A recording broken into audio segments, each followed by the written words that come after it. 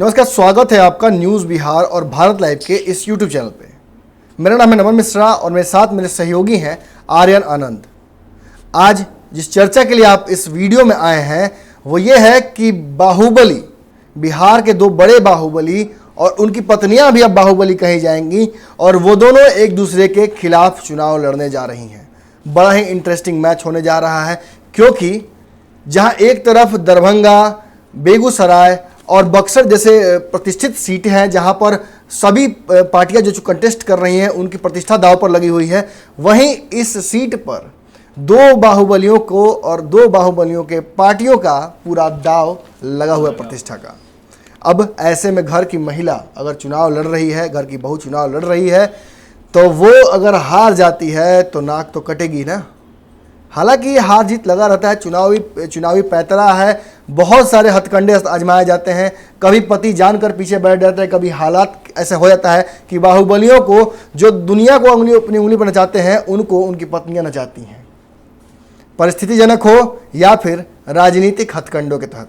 मगर बिहार में दो जगहों पर ऐसा देखने को मिलेगा। तो पहली सीट की बात आज हम करेंगे।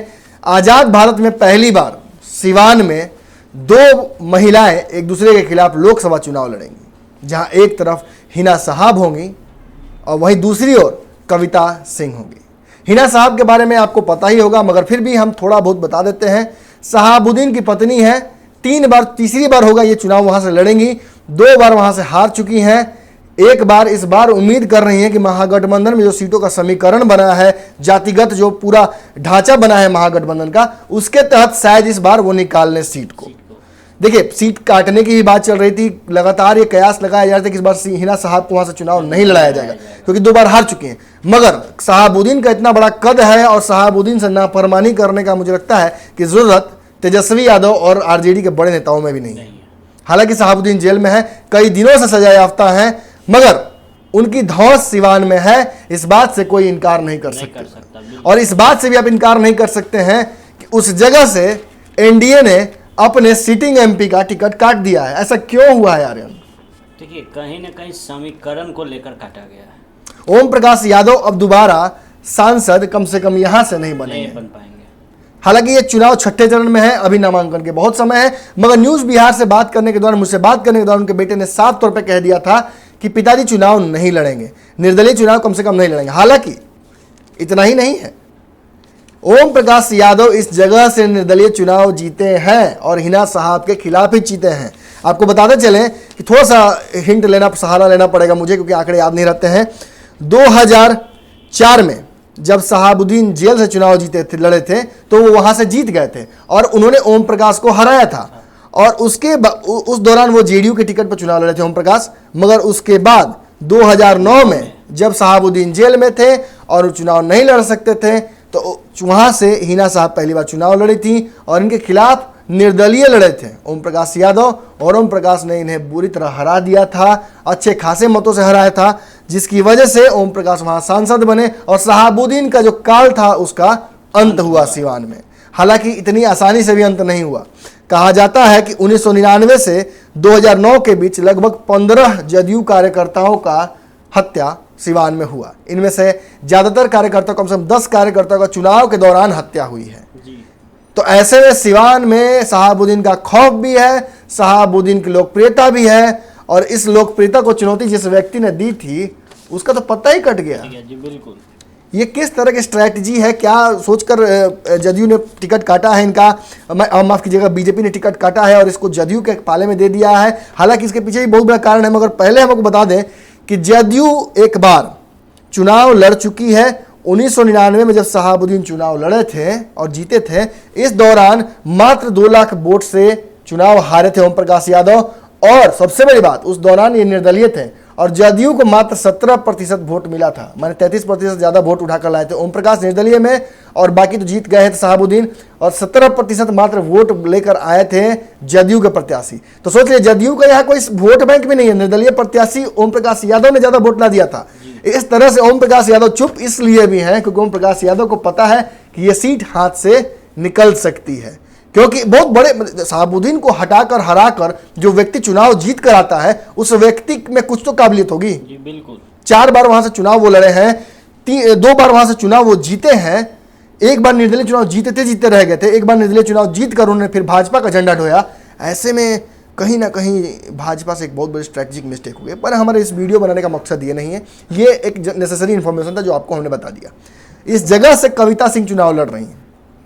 कविता सिंह अजय सिंह की पत्नी है। अजय सिंह है तो जदयू में, मगर विचारधारा से आरएसएस के प्रचारक हैं। जी बिल्कुल।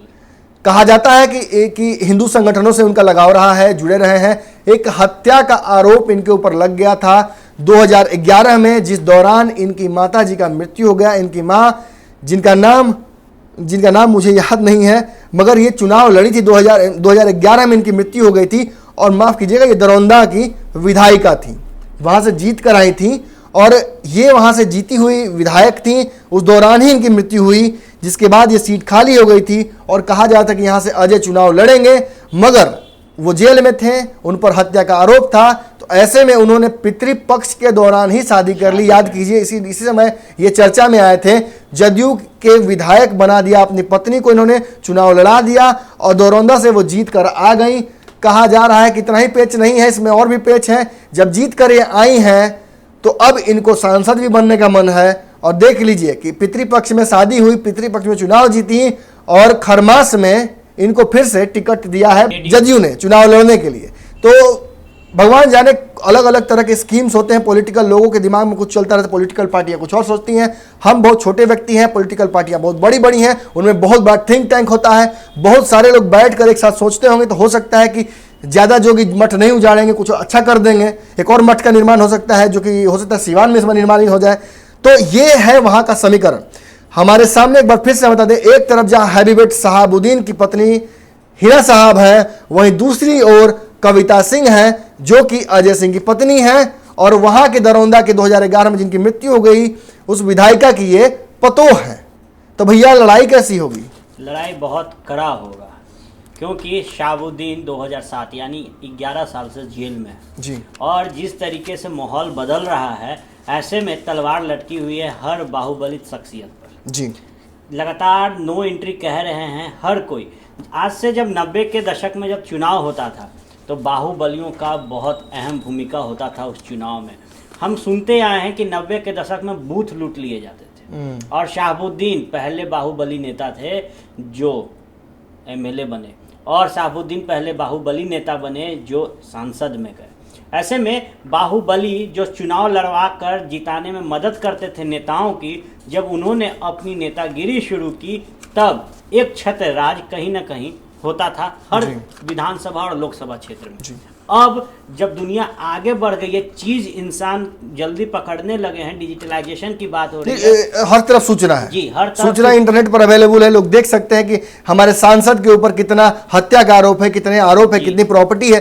तो अब थोड़ा सा डिसीजन मेकिंग आसान हो गया है। और अब एजुकेशन लेवल थोड़ा हाई हुआ है पहले से। पहले लोग 10th और 12th तक पढ़ते थे तो उन्हें ज्ञानी कहा जाता था, लेकिन अब एजुकेशन लेवल हाई हुआ है। जनरेशन गैप जो था, अब वो गैप बढ़ने लगा है। अब युवाओं की बात होती है, 65% युवा भारत में हैं और इन युवाओं ने कहीं ना कहीं अब जो चुनावी माहौल है उसको बदल दिया है। इसीलिए जितनी भी घटक राजनीतिक दलें हैं वो चाहती है कि एक ऐसे प्रत्याशी को टिकट दिया जाए जिनकी छवि साफ हो, जो पढ़े लिखे हो। तो ये तो आपका आकलन गड़बड़ा गया यहाँ पे, क्योंकि दोनों जो प्रत्याशी हैं, दोनों भले ही महिलाएं हैं, इनके ऊपर भले ही कोई आरोप ना हो, मगर इनके पीछे जो लोग खड़े हैं, जो कि कहा जा सकता है बोन बेयरर्स हैं, एक तरफ शहाबुद्दीन है, वहीं दूसरी तरफ अजय सिंह है। अजय सिंह पर भी हत्या का आरोप है। शहाबुद्दीन पर तो कहा जाता है कि लगभग 40 मामले हैं। देखिए, अभी हाल के दिनों में जिस तरीके से आरजेडी ने विभा देवी को टिकट दिया है, जो कि राजवल्लभ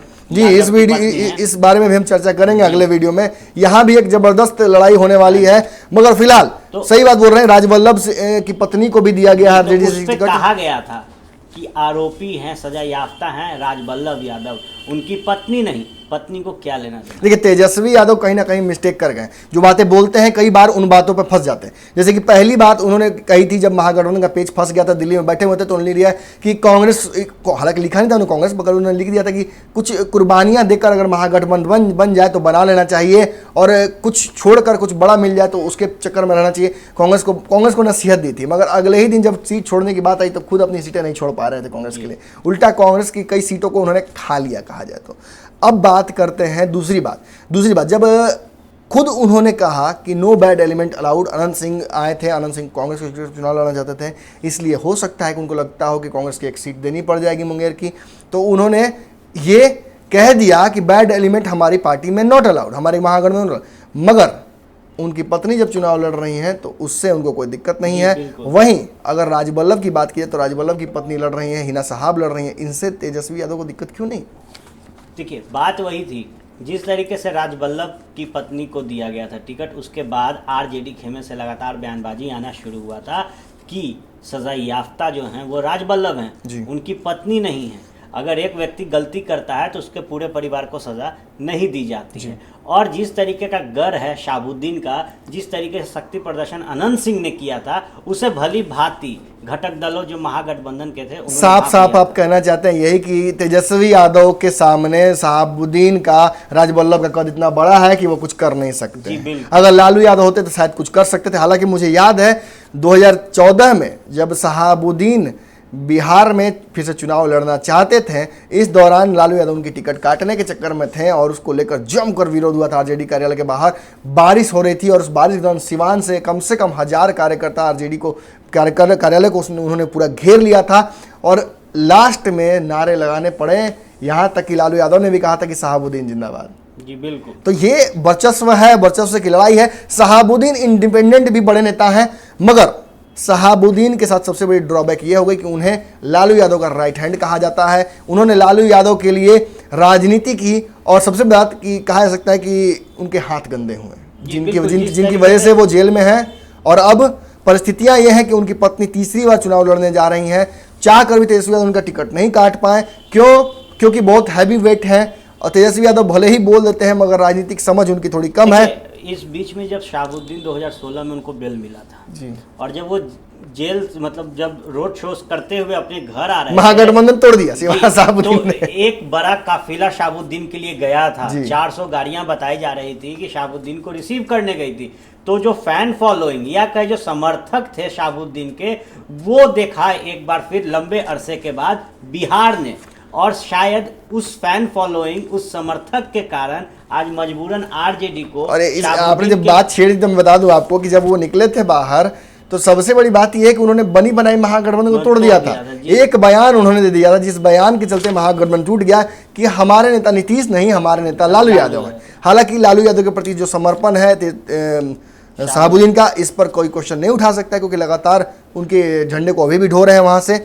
मगर जब मैंने तेजस्वी यादव के बारे में क्रिटिकली बातें की कि उन्होंने लोगों को लड़ाया अपनी पार्टी से, ऐसे लोगों को लड़ाया जिनकी छवि दागी है, अभी भी लड़ा रहे हैं दागियों को। मगर सबसे बड़ी बात यह है कि नीतीश कुमार ने भी तो यही सब काम किया है। नीतीश कुमार भी तो अजय सिंह को टिकट दे रहे हैं। देखिए, बात यही है, टिट फॉर टैट। अगर उन्होंने बाहुबलियत शख्सियत के एक पत्नी को टिकट दिया है तो नीतीश कुमार भी यही सोच के अपना पलड़ा झाड़ रहे हैं कि हमने आरोपी को टिकट नहीं दिया है बल्कि उनकी पत्नी को दिया है। कहीं ना कहीं ये पलड़ा झाड़ने वाली बात, गुड़ खाओ गुलगुले से परहेज वाली बात हो रही है। तो ये है हॉट सीट सिवान की, जिसका आकलन हमने आपको बता दिया है। इस सीट पर 12 मई को यानी छठे चरण में चुनाव होना है। अभी नामांकन होने हैं। ओम प्रकाश यादव क्या करेंगे, इस बात पर आपकी नजर होनी चाहिए। अगर आप सिवान से हैं तो आपको पता होगा कि आपके सांसद यही हैं अभी। हालांकि अब तो सबकी पावर सीज हो गई है, मगर ये चुनाव अगर लड़ते हैं तो क्या होगा महागठबंधन का, क्या होगा एनडीए गठबंधन का। इन दो महिला प्रत्याशियों का आजाद भारत में, फिर से एक बार बोल दूं, आजाद भारत में पहली बार हो रहा है कि सिवान में 2 महिला प्रत्याशी एक दूसरे के सामने होंगी। दोनों हैवी वेट्स हैं और दोनों के कहा जा सकता है पीछे जबरदस्त ताकत है। जहां एक तरफ पूरा आरजेडी है, शाहबुद्दीन है, वहीं दूसरी तरफ नीतीश कुमार का दाव लगा हुआ है, साथ पर पूरा एनडीए है और साथ में उनके पति अजय सिंह तो हैं ही। तो देख लेते हैं 12 मई को आपको वोट देना है सिवान में और उसका रिजल्ट तो आपको पता ही किस दिन आएगा। देखते हैं इस सीट पर किसकी जीत होती है। बने रहिए न्यूज़ बिहार पर, खबरों का सिलसिला इसी तरह बादस्तूर जारी रहेगा। थोड़ा वीडियो अच्छा लगे तो शेयर जरूर कर दीजिएगा। धन्यवाद। इसको लाइक करें, ट्विटर पर फॉलो करें न्यूज़ बिहार लाइव, और साथ ही साथ हमारे यूट्यूब चैनल को सब्सक्राइब करें। सब्सक्राइब करने के बाद बेल आइकन दबाना ना भूलें। धन्यवाद।